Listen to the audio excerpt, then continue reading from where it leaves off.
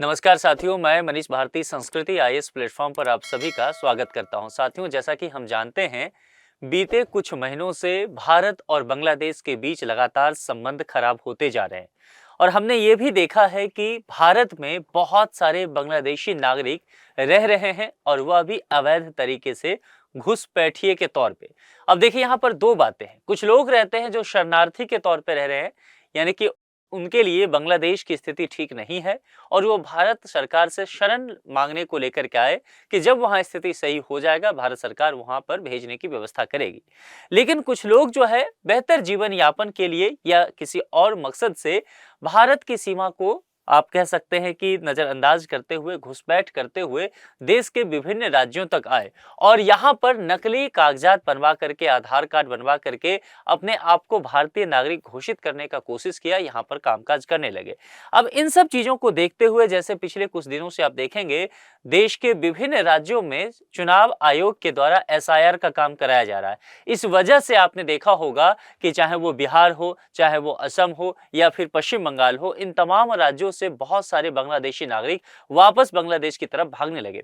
लेकिन यह मुद्दा जो है ठीक इसी तरह से मिलता जुलता और थोड़ा सा अलग, यह दिल्ली का मामला है। देश की राजधानी, जो कि निश्चित तौर पर सबसे संवेदनशील शहर माना जाता है, लेकिन जरा सोचिए, इस देश की राजधानी में अभी तक 2025 में जितने बांग्लादेशी पकड़ के पुलिस के द्वारा वापस भेजे जा चुके हैं, उनकी संख्या आज तक में सबसे रिकॉर्ड स्तर तक पहुंच चुका है और वह संख्या 2200 तक हो चुका है। अपने आप में ये बेहद चौंकाने वाला आंकड़ा है कि ये 2200 बांग्लादेशी दिल्ली में रह रहे थे, देश की राजधानी में, जहां देश के प्रधानमंत्री, राष्ट्रपति रहते हैं, उस जगह पर पुलिस को चकमा देते हुए फर्जी दस्तावेज के साथ अपने आप को भारतीय घोषित करके लंबे समय से रह रहे थे। एक बात और समझ लीजिए, ये वो तमाम लोग हैं जिनके बारे में दिल्ली पुलिस को जानकारी प्राप्त हो गया और इनकी धरपकड़ कर ली गई।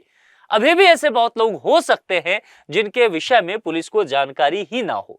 तो इसीलिए आप देखेंगे हर एक जगह, हर एक न्यूज में ये बहुत चर्चा का विषय बना है कि किस तरह से दिल्ली पुलिस अब इन सब चीजों को लेकर के अलर्ट पर वापस आ गई है और लोगों की धरपकड़ जो है वो जारी किया जा रहा है कि और भी लोगों के दस्तावेज जांचे जाए और अगर वो बांग्लादेश से हैं तो उन्हें वापस भेजा जाए।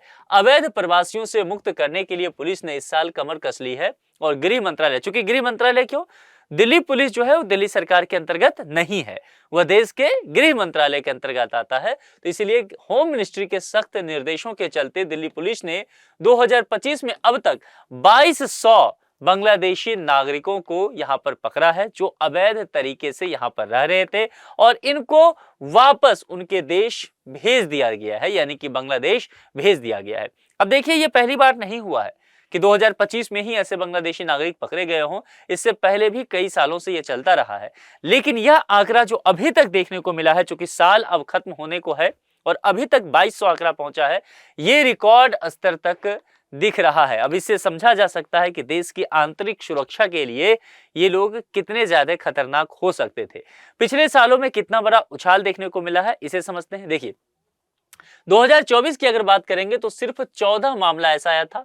2023 में देखा जाए तो महज 5, 2022 में देखा जाए तो 50 बांग्लादेशी नागरिक ही रिपोर्ट किए गए थे। अब पिछले सालों की तुलना देखिए, कहा 2022 में केवल 50, 2023 में केवल 5, 2024 में केवल 14, लेकिन 2025 में यह संख्या अचानक आसमान छूने लग गया और यह कहां तक 2025 में पहुंच जाता है, 2200 तक। मैं फिर से कह रहा हूं, ये वो आंकड़ा है जो दिख रहा है। अभी जितने लोगों की धरपकड़ कर ली गई है, वापस भेजा जा चुका है, ऐसे तमाम लोग हैं, बहुत सारे लोग हो सकते हैं और भी जो अभी तक पकड़ में आए ही नहीं।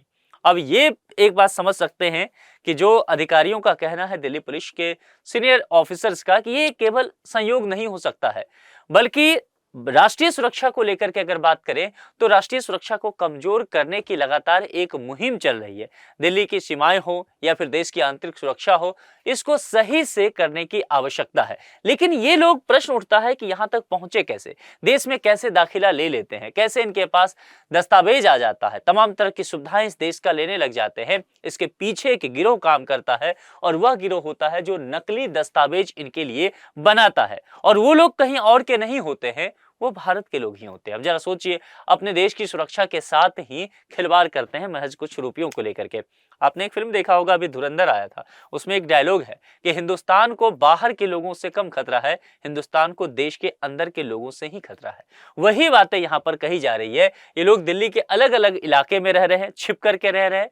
यहाँ पर हैरान करने वाली बात है कि इनके पास आधार कार्ड है, निश्चित तौर पर नकली है, वोटर आईडी तक है, दूसरे सरकारी कागजात तक इनके पास पाए गए। अब सोचिए जरा कितना खतरनाक हो सकता है कि फर्जी आधार कार्ड बनवा लिया, वोटर आईडी कार्ड बनवा लिया, और ये भारत सरकार के अंतर्गत रहते हुए, भारतीय कानून के अंतर्गत रहते हुए तमाम तरह की सुविधा ले रहे हैं, और दूसरी बात वोट भी डाल रहे हैं।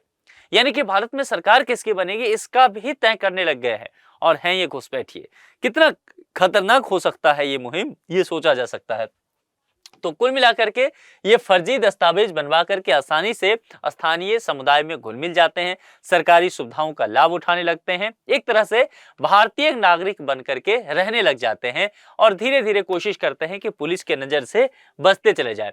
इस पूरे ग्राफिक्स को समझिए क्या कहा गया है। 2025 में रिकॉर्ड तो निर्वाचन हुआ है, जिसमें 2200 मैंने आपको पहले ही कहा है। यहाँ पर अगर आप देखेंगे 2022 में 50, 2023 में केवल 5, 2024 में देखेंगे तो केवल 14, और 2025 में 2200। तो जरा ये ग्राफ देखिए कितना ज्यादा भागा है ये, है ना। तो ये हाल के वर्षों में ये आंकड़ा यहाँ पर बताया गया है। कार्रवाई के पीछे के क्या कारण हो सकते हैं?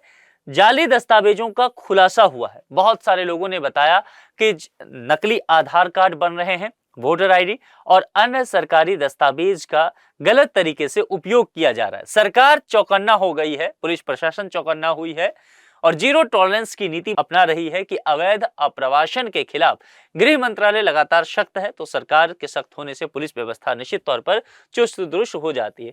सुनियोजित अभियान दिल्ली पुलिस ने कहा है कि जो खुफिया एजेंसी है उसके आधार पर यह जानकारी मिला है कि एक तरह से सुनियोजित अभियान है कि बहुत सारे घुसपैठिए देश में भेजे जाएं। तो दिल्ली पुलिस खुफिया एजेंसी के साथ मिलकर के यहाँ वाकई एक बहुत बेहतरीन काम करते हुए नजर आई है 2025 में।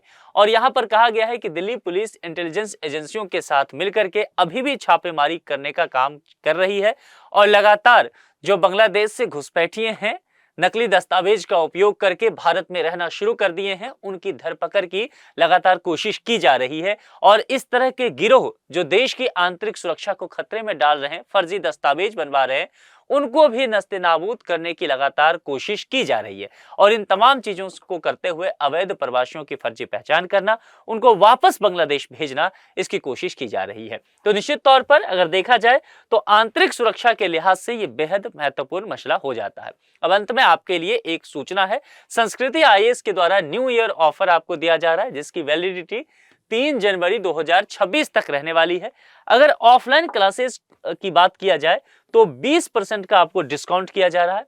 अगर ऑनलाइन लाइव क्लासेस की बात करेंगे तो आपको 75% तक का डिस्काउंट तो है ही, इसके अलावा 10% एक्स्ट्रा भी आपको डिस्काउंट दिया जा रहा है। और ये डिस्काउंट जो है संस्कृति आईएएस के दिल्ली या प्रयागराज दोनों ही केंद्रों पर उपलब्ध रहेगा। यहाँ पर कॉन्टैक्ट नंबर दिया गया है, संस्कृति आईएएस का वेबसाइट है, आप विजिट करके अधिक जानकारी ले सकते हैं या कॉल करके जानकारी ले सकते हैं। फिर अपने मनचाहे कोर्स में नामांकन करा करके आप अपनी तैयारी को और धारदार बना सकते हैं। बस ध्यान रखना है 3 जनवरी 2026, तो समय सीमित है, तत्परता आपको दिखानी होगी। जुड़ने के लिए आप सभी का बहुत बहुत शुक्रिया। आप लोग क्या सोचते हैं कि दिल्ली पुलिस ने जितना काम किया है वो वाकई सराहनीय है, और थोड़ी मेहनत करनी चाहिए। ऐसे बहुत सारे लोग छुपे हो सकते हैं और उनको पकड़ करके वापस बांग्लादेश भेजना चाहिए। अपने विचार कमेंट बॉक्स में लिख करके जरूर बताएं। जुड़ने के लिए आप सभी का बहुत बहुत शुक्रिया। Thank you so much.